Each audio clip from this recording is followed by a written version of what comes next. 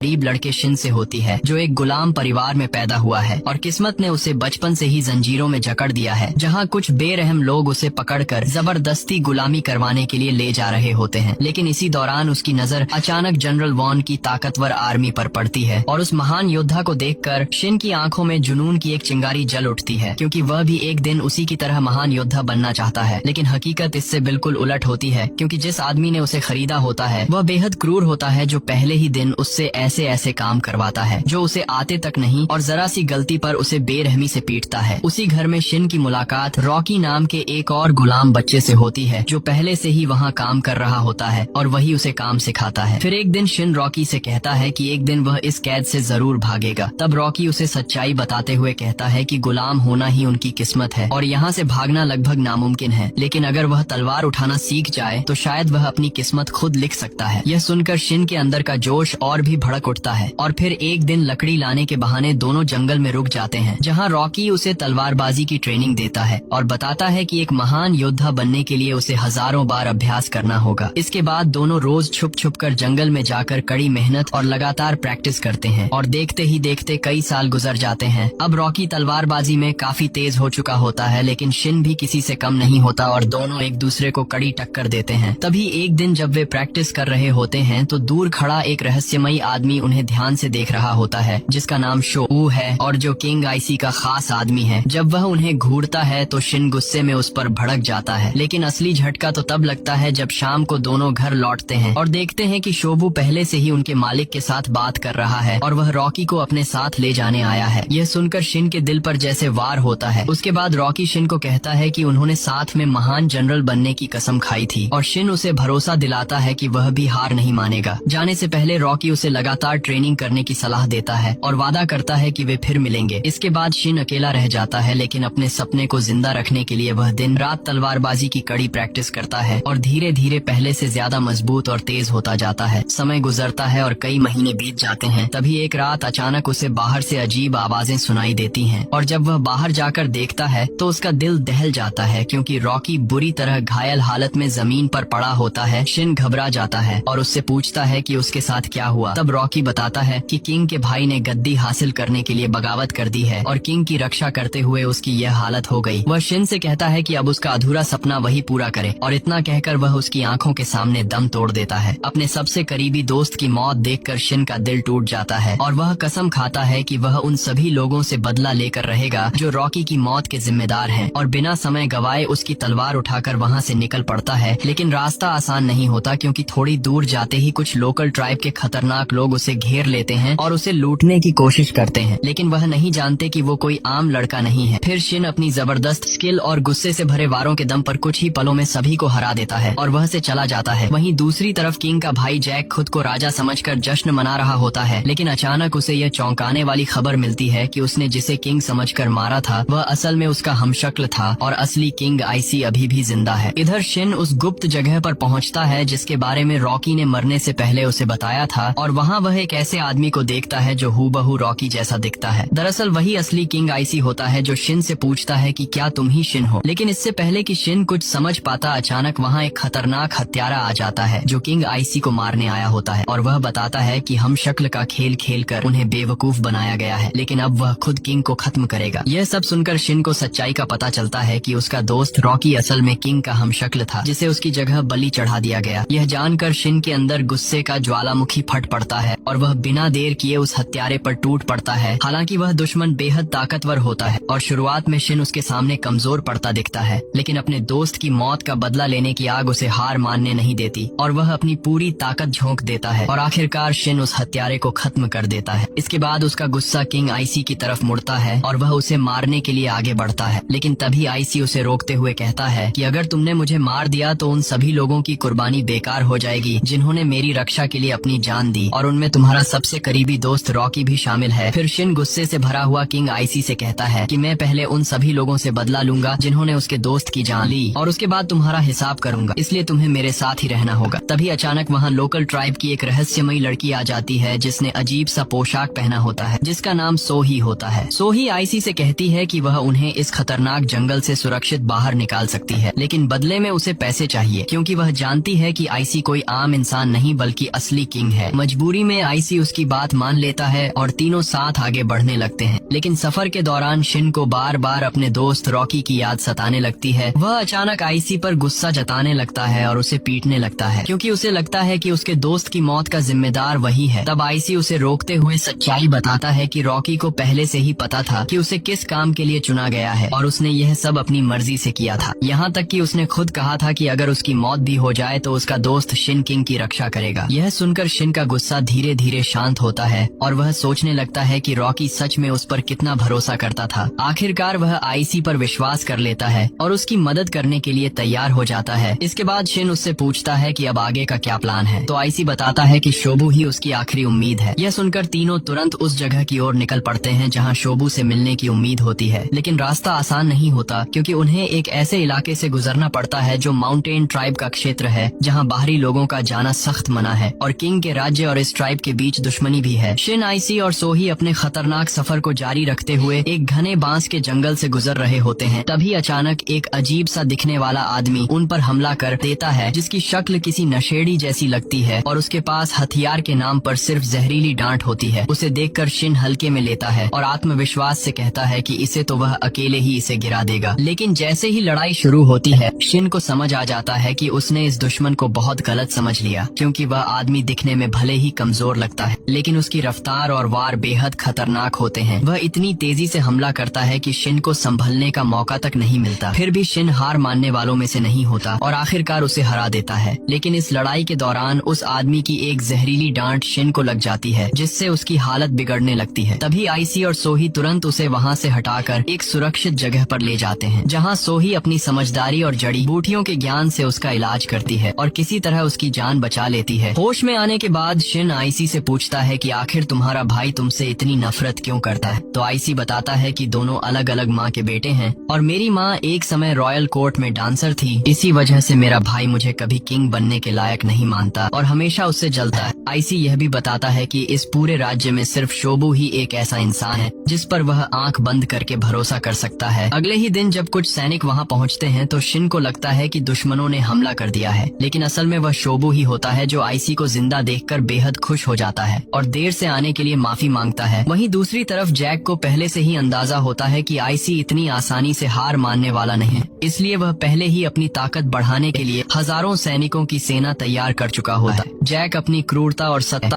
को साबित करने के लिए एक गैर शाही खून वाले सैनिक को सबके सामने अपने खतरनाक राक्षस से मरवा देता है ताकि पूरे राज्य में यह डर फैल जाए कि सिर्फ शाही खून वाला ही किंग बनने का हकदार है। वहीं दूसरी तरफ शिन, जो अब पूरी तरह से ठीक हो चुका था और आईसी से कहता है कि अब जब शोबू भी उनके साथ है तो उन्हें तुरंत हमला करके उसका राज्य वापस दिलाना चाहिए। लेकिन शोबू उसे समझाता है कि हालात इतने आसान नहीं है क्योंकि जैक पहले ही पूरे राज्य में अपने सैनिक फैला चुका होगा और उनकी छोटी सी टीम उस विशाल सेना के सामने कुछ भी नहीं है। तभी शोबू को अचानक एक उम्मीद की किरण याद आती है और वह बताता है कि माउंटेन ट्राइब उनकी मदद कर सकती है। हालांकि आईसी इस बात पर हिचकिचाता है क्योंकि उनके पूर्वजों और माउंटेन ट्राइब के बीच पुराने समय से दुश्मनी चली आ रही है और वे हमें भरोसे लायक नहीं मानते। लेकिन मजबूरी में उनके पास और कोई रास्ता नहीं बचता, इसलिए वे सभी सोही के साथ पहाड़ों की तरफ निकल पड़ते हैं और कठिन रास्तों से गुजरते हुए ऊपर चढ़ने लगते हैं। तभी अचानक माउंटेन ट्राइब के खतरनाक योद्धा उन्हें घेर लेते हैं और उनकी शक्ल, सूरत और तेवर इतने डरावने होते हैं कि कोई भी कांप जाए। वे उन्हें चेतावनी देते हैं कि अगर अपनी जान बचानी है तो तुरंत यहाँ से चले जाओ। लेकिन सोही उनकी भाषा में बात करके बताती है कि किंग आईसी तुम्हारे चीफ से मिलना चाहते हैं। ये सुनते ही ट्राइब के लोग और भड़क जाते हैं और बिना कुछ सुने ही सबको पकड़कर अपने साथ ले जाते हैं, यह कहते हुए कि अब उनका फैसला सिर्फ उनका चीफ ही करेगा। इसके बाद वे उन्हें पहाड़ों के बीच बसे अपने रहस्यमयी और शक्तिशाली साम्राज्य में ले जाते हैं, जिसे देखकर शिन और बाकी लोग हैरान रह जाते हैं। वहाँ ट्राइब का चीफ आईसी को उनके इतिहास की कड़वी सच्चाई याद दिलाता है कि कैसे उनके पूर्वजों और किंग के पूर्वजों के बीच एक समझौता हुआ था साथ रहने का, लेकिन बाद में किंग के लोगों ने धोखा दिया जिससे उनके हजारों लोग मारे गए। यह सुनकर आईसी बिना किसी घमंड के सिर झुका लेता है और कहता है कि उसे इस बात का पूरा एहसास है और वह अपने पूर्वजों की गलती के लिए दिल से माफी मांगता है और भारी दिल से ट्राइब के चीफ से कहता है कि जो कुछ भी अतीत में हुआ वह उसे बदल नहीं सकता, लेकिन वह दिल से चाहता है कि अब सब मिलकर शांति से रहें। रहें और अपने पूर्वजों की गलतियों को सुधारे। बस इसके लिए उसे अपना राज्य वापस लेने में उनकी मदद चाहिए। यह सुनते ही वहाँ मौजूद माउंटेन ट्राइब के लोग गुस्से में चिल्लाने लगते हैं और उसे झूठा और धोखेबाज कहने हैं। लेकिन काफी देर सोचने के बाद जब ट्राइब का चीफ अपना मास्क हटाता है तो सब हैरान रह जाते हैं, क्योंकि उसके पीछे एक लड़की होती है। फिर वह अपने लोगों को आदेश देती है कि सभी को इकट्ठा करो और युद्ध की तैयारी शुरू करो, जिसका मतलब साफ होता है कि अब वह आईसी का साथ देने वाले हैं। अब आईसी के पास भले ही छोटी लेकिन एक ताकतवर आर्मी होती है और कम संख्या में होने के बावजूद वह एक चालाक प्लान बनाता है, क्योंकि माउंटेन ट्राइब के लोग हमेशा मास्क पहनते हैं। इसलिए आईसी उसी का फायदा उठाते हुए अपनी पूरी टीम को मास्क पहनाकर महल के बाहर खड़ा कर देता है और जैक तक यह संदेश भिजवाता है कि माउंटेन ट्राइब शांति से समझौता करना चाहते हैं। जैक, जो पहले से ही अपनी ताकत बढ़ाना चाहता है, इस मौके को अच्छा समझता है और अपने मंत्रियों को उन्हें अंदर लाने के लिए भेजता है। लेकिन जैक की तरफ से शर्त रखी जाती है कि उनके चीफ के साथ सिर्फ 50 लोग ही अंदर जाएंगे और बाकी बाहर इंतजार करेंगे। महल के गेट पर पहुंचने के बाद सैनिक उनसे हथियार बाहर रखने को कहते हैं, लेकिन चीफ पुराने धोखे की याद दिलाकर साफ मना कर देता है और मंत्रियों को लगता है कि इतने कम लोग उनका कुछ नहीं बिगाड़ पाएंगे, इसलिए वे उन्हें हथियारों के साथ अंदर आने की इजाजत दे देते हैं। जैसे ही महल का विशाल दरवाजा खुलता है, आईसी बिना एक पल गंवाए अपनी पूरी सेना के साथ हमला शुरू कर देता है, क्योंकि उसका साफ मकसद होता है कि किसी भी तरह सीधे जैक तक पहुंचा जाए, क्योंकि जैसे ही जैक काबू में आएगा उसकी पूरी सेना अपने आप बिखर जाएगी। इसके बाद वे लोग अलग अलग ग्रुप में बंटकर तेजी से महल के अंदर घुसते हैं, जहां एक ग्रुप को शिन लीड कर रहा होता है और दूसरे को खुद आईसी। लेकिन जैसे ही आईसी अंदर पहुंचता है, वहां पहले से तैयार खड़ी जैक की भारी सेना उसे घेर लेती है और तभी ऊपर से खड़े सैनिक उन पर तीरों की बारिश शुरू कर देते हैं, जिससे माउंटेन ट्राइब के कई लोग गिर जाते हैं। यह देखकर शोबू घबरा जाता है और कहता है कि हमें पीछे हटना चाहिए, क्योंकि इस तरह लड़ना नामुमकिन है। लेकिन ट्राइब का चीफ अपने प्लान के तहत सही मौके का इंतजार करती है। जैसे ही दुश्मनों का ध्यान थोड़ा भटकता है, जमीन पर गिरे हुए सभी ट्राइब के योद्धा अचानक उठ खड़े होते हैं और दुश्मनों पर टूट पड़ते हैं। दरअसल उनकी ताकत और सहन शक्ति इतनी जबरदस्त होती है कि तीर भी उनका कुछ खास नुकसान नहीं कर पाते और कुछ ही समय में वे वहां मौजूद सभी सैनिकों को खत्म कर देते हैं। दूसरी तरफ शिन एक गुप्त रास्ते से जैक तक पहुंचने की कोशिश कर रहा होता है, लेकिन रास्ते में ही उसका सामना जनरल साजी से होता है, जो पहले से ही वहां उसका इंतजार कर रहा होता है। साजी की ताकत इतनी खतरनाक होती है कि वह अकेले ही पूरी सेना को खत्म कर सकता है, लेकिन उसका असली निशाना सिर्फ आईसी होता है। इसलिए जब उसे आईसी वहां नहीं दिखता तो वह वहां से चला जाता है। इस मौके का फायदा उठाकर शिन और उसकी टीम तेजी से आगे बढ़ती है और जैक की सेना पर भारी पड़ने लगती है। वहीं दूसरी तरफ जैक महल के अंदर बैठा इस बात से खुश हो रहा होता है कि उसका भाई खुद उसकी मौत के जाल में फंसकर यहाँ तक आ चुका है। लेकिन जैक के पास एक भयानक और विशाल दानव होता है, जो जैसे ही मैदान में उतरता है, पहली बार शिन के चेहरे पर डर साफ दिखाई देता है, क्योंकि वह दानव अपनी ताकत से योद्धाओं को उठाकर पटक पटक कर खत्म करता जा रहा होता है। लेकिन शिन अपने डर पर काबू पाकर पूरी हिम्मत जुटाता है और सही मौके पर वार करके उस दानव को जमीन पर गिरा देता है और अपनी पूरी ताकत से उसका अंत कर देता है। इसके बाद शिन बिना समय गंवाए सीधे जैक के कमरे की तरफ बढ़ता है, लेकिन वहां पहुंचकर भी जैक के चेहरे पर जरा सा भी डर नहीं होता, क्योंकि उसके साथ खड़ा होता है उसका सबसे ताकतवर जनरल साजी, जिसकी ताकत और खौफ का अंदाजा हर किसी को होता है। यहाँ तक कि माउंटेन ट्राइब के सबसे बहादुर योद्धा भी उसके सामने टिक नहीं पाते और साजी अकेले ही सबको पछाड़ देता है। दूसरी तरफ आईसी और उसकी सेना लगातार लड़ते लड़ते थक चुकी होती है, क्योंकि दुश्मनों की संख्या बहुत ज्यादा होती है। लेकिन सैनिक अपने किंग को इतनी बहादुरी से लड़ते देखकर उनके अंदर फिर से जोश भर जाता है और वे दोबारा पूरी ताकत से दुश्मनों पर टूट पड़ते हैं। वहीं साजी शिन को बुरी तरह से पीट रहा होता है और उसे एक कमजोर इंसान की तरह जमीन पर गिरा देता है। वह एक एक करके सभी को बेहोश कर देता है और आखिर में मैदान में सिर्फ शिन और सोही ही बचे होते हैं। शिन की हालत इतनी खराब हो जाती है कि वह हिल भी नहीं पा रहा होता और तभी उसके अंदर कहीं गहराई में उसके दोस्त रॉकी की याद जागती है और उसका सपना और उसका वादा उसे फिर से खड़ा होने की ताकत देता है। उसी पल जब साजी उसे खत्म करने के लिए आगे बढ़ता है, शिन अचानक उठ खड़ा होता है और पूरी ताकत के साथ फिर से उससे भिड़ जाता है और पहली बार साजी के शरीर से खून निकलता है, जिससे वह भी हैरान रह जाता है। और आखिरकार शिन वही खास मूव इस्तेमाल करता है जिसे वह बचपन से हजारों बार प्रैक्टिस करता आया था और शिन अपनी पूरी ताकत को एक ही वार में उतार देता है और उसकी तलवार साजी की तलवार को चीरते हुए सीधे उसके सीने में जा धंसती है, जिससे साजी वहीं ढेर हो जाता है। साजी जैसे अजय योद्धा के मरते ही जैक के पास अब सरेंडर करने के अलावा कोई रास्ता नहीं बचता और यह देखकर उसके साथ खड़े मंत्री और सैनिक डर के मारे उसे अकेला छोड़कर भागने लगते हैं। तभी उनमें से एक भागते हुए सोही पर हमला करता है और उसे चाकू मार देता है, लेकिन शिन हैरानी होता है कि सोही बच गई, क्योंकि उसके अजीब से कपड़ों के नीचे छिपा आर्मर उसकी जान बचा लेता है। इसके बाद शिन शिन जैक को पकड़कर बाहर ले आता है और सभी सैनिकों के सामने जोर से ऐलान करता है, खुद को किंग कहने वाला नेता अब हमारे कब्जे में है, इसलिए सब अपने हथियार डाल दें। यह सुनते ही जैक की सेना का हौसला टूट जाता है और कोई भी उसका आदेश मानने को तैयार नहीं होता। अपने ही सैनिकों को खुद के खिलाफ जाता देख जैक गुस्से में पागल हो जाता है और आखिरी कोशिश में आईसी पर हमला कर देता है, लेकिन आईसी उसे आसानी से काबू में कर लेता है और उसे सजा देता है, पर उसकी जान नहीं लेता। तभी वहाँ एक जिद्दी योद्धा आता है जो अभी भी आईसी को अपना किंग मानने से इनकार करता है और लड़ने के लिए आगे बढ़ता है। लेकिन उसी वक्त मैदान में एक ऐसी एंट्री होती है जिसे देखकर सबकी सांसें थम जाती हैं। धरती का महान और अजेय जनरल वॉर्न अपनी विशाल सेना के साथ वहां पहुंच चुका होता है। उसकी ताकत और रुतबा देखकर दोनों तरफ के सैनिक अपने अपने हथियार नीचे डाल देते हैं। आईसी उससे सवाल करता है कि वह उनके आपसी युद्ध में क्यों दखल दे रहा है, तो वॉर्न प्रभावशाली अंदाज में कहता है कि यह मूर्खता की लड़ाई है जहां लोग अपने ही लोगों से लड़ रहे हैं, न कि किसी असली दुश्मन से। फिर वह आईसी से पूछता है कि तुम कैसा राजा बनना चाहते हो और उसे सोच समझकर जवाब देने को कहता है। तब आईसी पूरे आत्मविश्वास के साथ जवाब देता है कि वह एक ऐसा राज्य बनाना चाहता है जहां कोई भेदभाव न हो और सभी लोग मिलजुल कर शांति से रहें। यह जवाब सुनकर वॉर्न प्रभावित हो जाता है और वहीं इस युद्ध को खत्म करने का ऐलान कर देता है। लेकिन तभी एक आखिरी जिद्दी योद्धा आईसी पर हमला करने की कोशिश करता है और वॉर्न उसे पल भर में उसकी औकात दिखा देता है, जिससे सभी लोग उसकी ताकत के सामने सिर झुका देते हैं। इसके बाद जब वॉर्न वहाँ से जाने लगता है तो शिन उसे आवाज देकर कहता है कि मेरा नाम शिन है